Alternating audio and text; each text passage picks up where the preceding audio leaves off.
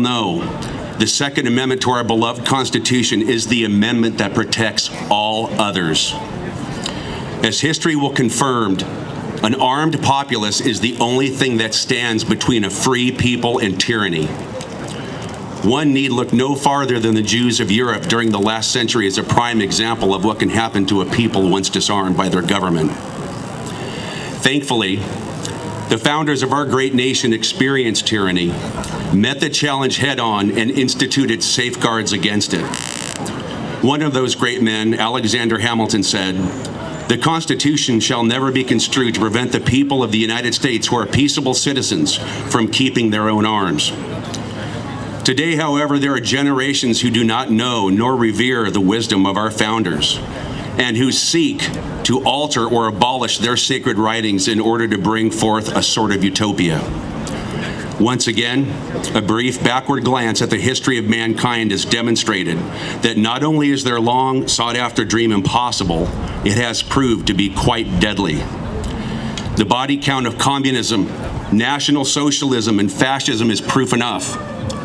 Primary to the implementation of these ill-fated forms of governance is the subjugation of the will of the people to the state.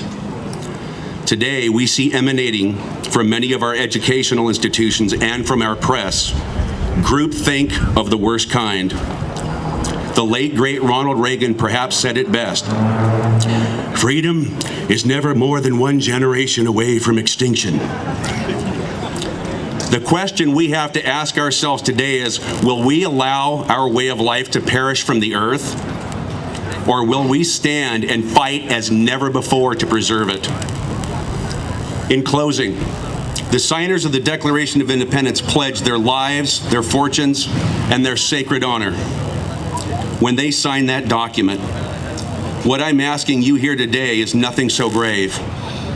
What I'm asking you to do is to educate your friends, your family, your neighbors about the clear and present danger to one of our most cherished liberties, and that should the proposed legislation before us make it on the ballot in November, to show up and soundly defeat it. Thank you. May God bless you, and may God bless America.